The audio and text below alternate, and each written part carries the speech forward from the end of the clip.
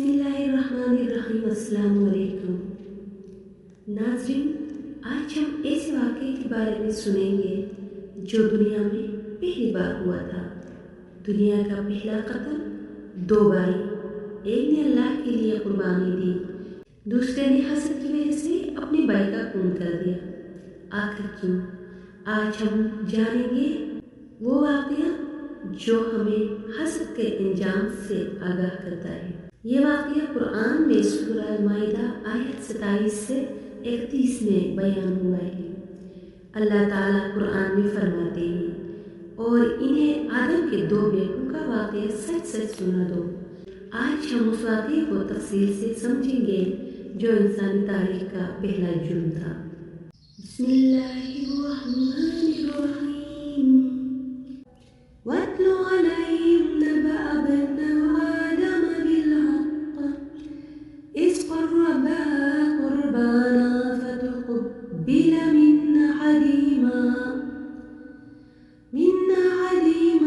وَلَمْ يُتَقَبَّلْ مِنَ الْآخَرِ قَالَ لَأَقْتُلَنَّكَ قَالَ إِنَّمَا يَتَقَبَّلُ اللَّهُ مِنَ الْمُتَّقِينَ۔ اور آپ نے آدم کے دونوں بیٹوں کا حقیقی قصہ سنائے۔ جب ان دونوں نے قربانی پیش کی تو ان میں سے ایک کی قربانی قبول ہوئی اور دوسرے کی قبول نہ ہوئی، تو اس نے کہا میں تجھے ضرور قتل کروں گا۔ پہلے نے کہا اللہ تو صرف تقوی رکھنے والوں سے قبول کرتا ہے۔ لَئِن بَسَطتَ إِلَيَّ يَدَكَ لِتَقْتُلَنِي مَا أَنَا بِبَاسِطٍ يَدِيَ إِلَيْكَ لِأَقْتُلَكَ إِنِّي أَخَافُ اللَّهَ رَبَّ الْعَالَمِينَ۔ اگر تو مجھے قتل کرنے کے لیے اپنا ہاتھ میری طرف بڑھائے گا تو میں تجھے قتل کرنے کے لیے اپنا ہاتھ تیری طرف بڑھانے والا نہیں ہوں۔ میں تو عالمین کے رب اللہ سے ڈرتا ہوں۔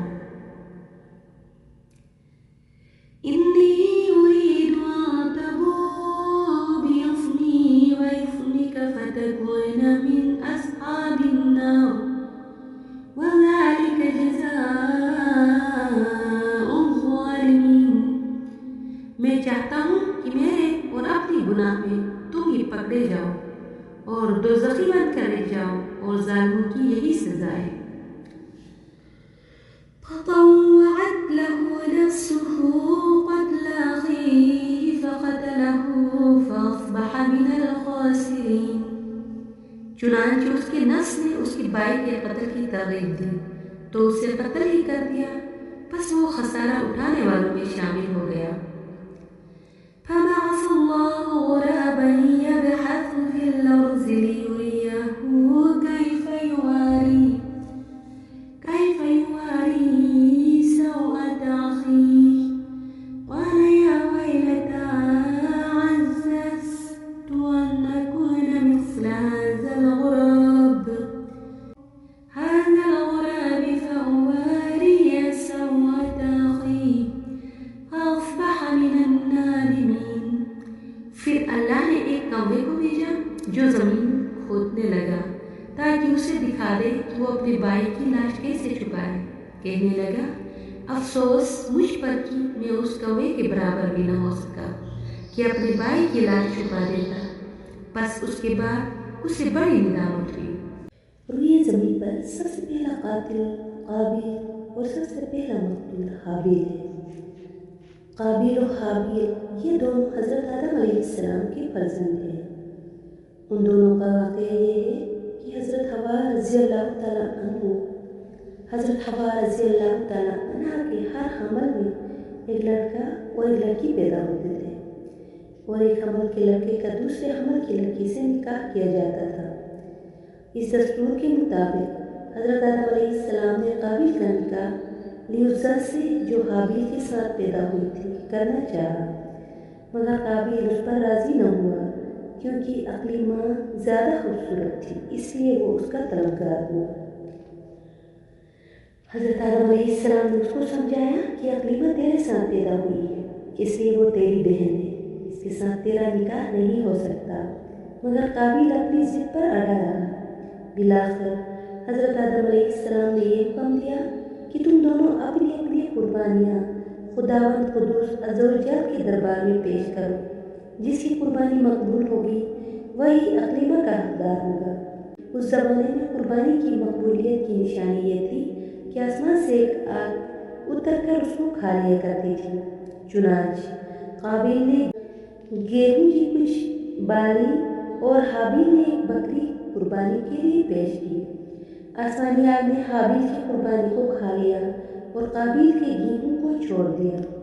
اس بات پر قابل کے دل میں بغض و حسد پیدا ہو گیا اور اس نے حابیل کو قتل کر دینے کی ٹھان لی اور حابیل سے کہہ دیا کہ میں تجھ کو قتل کر دوں گا۔ حابیل نے کہا کہ قربانی قبول کرنا اللہ تعالیٰ کا کام ہے اور متقی بندوں ہی کی قربانی قبول کرتا ہے۔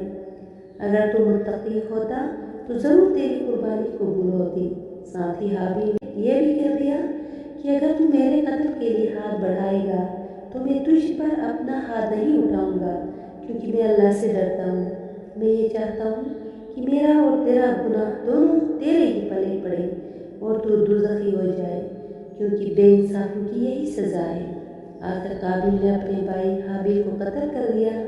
بوقت قتل حابیل کی عمر 20 برس کی تھی اور قتل کا یہ حادثہ مکہ مکرمہ میں جبل سور کے پاس یا جبل ہرا کی گاڑی میں ہوا، اور بعض کا قول ہے کہ بصرہ میں جس جگہ مسجد اعظم بنی ہوئی ہے منگل کے دن یہ سانحہ ہوا۔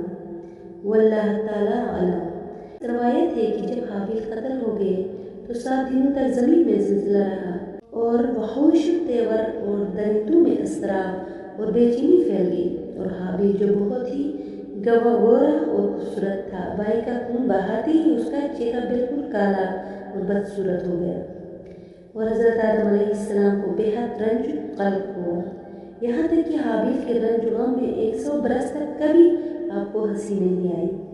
اور سریانی زبان میں آپ نے حابیل کا مرثیہ کہا۔